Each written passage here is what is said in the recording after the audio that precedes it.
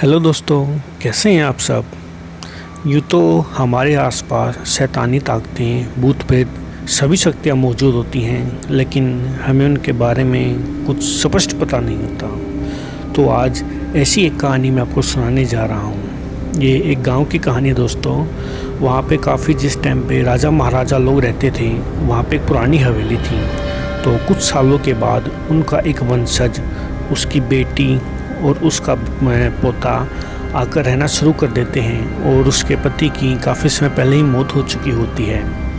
लेकिन हवेली इतनी सुनसान और बंजर थी और डरावनी थी, सोच रहा था कि उसका रेनोवेशन करवा दिया जाए और वह फ़िलहाल उसी तरीके से उसी हवेली में रहना शुरू कर देते हैं बिना किसी रेनोवेशन के।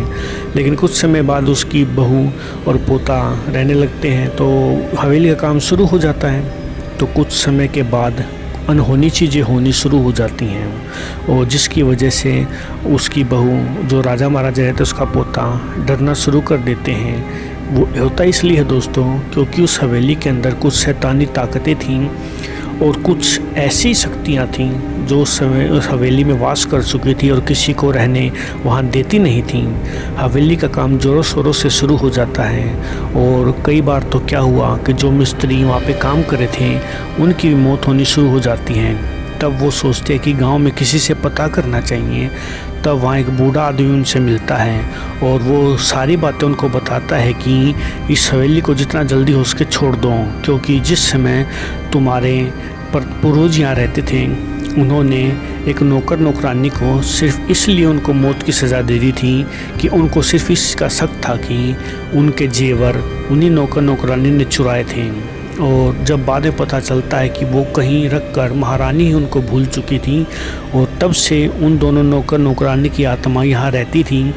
और कुछ समय के बाद महाराज ने भी खुद ही अपनी तलवार से अपनी गर्दन को उड़ा दी थी और कुछ ऐसी वारदातें होनी शुरू हो गई थी कि महल को खाली करना ही मुनासिब समझा। लेकिन ये सब बातें सुनकर वो, जो उसकी पत्नी में बहू थी और पोता था, उनको लेकर अपनी बच्चे दोनों लेकर भाग जाती हैं। लेकिन आत्माएं उनका पीछा करना नहीं छोड़ती और उनके कार का एक्सीडेंट कर देती हैं। लेकिन दोस्तों, ऐसी शक्तियाँ पीछा कहाँ छोड़ देती हैं। जिस बूढ़े से उसने बातचीत की थी, असल में बूढ़ा नहीं, उन शक्तियों में से किसी एक का रूप था, यानी कि वो भी एक बुरी शैतानी शक्ति या आत्मा थी।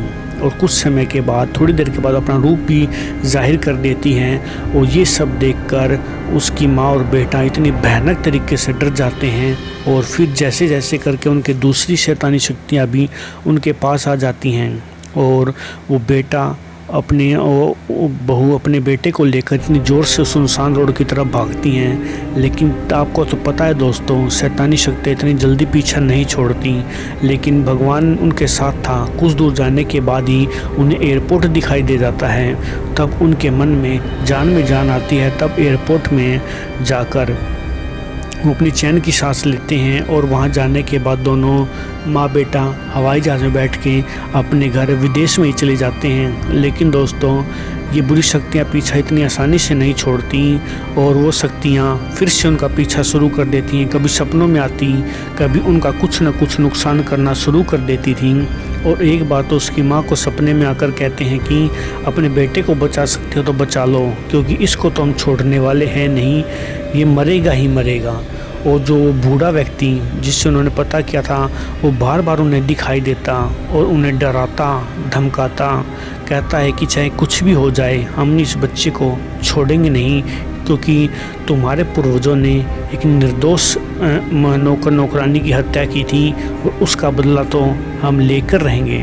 तो दोस्तों, पुराने ज़माने में हमारे पूर्वजों द्वारा कुछ भी कर्म किए जाएं, उनका फल किसी न किसी पीढ़ी को किसी न किसी तरीके से चुकाना ही पड़ता है।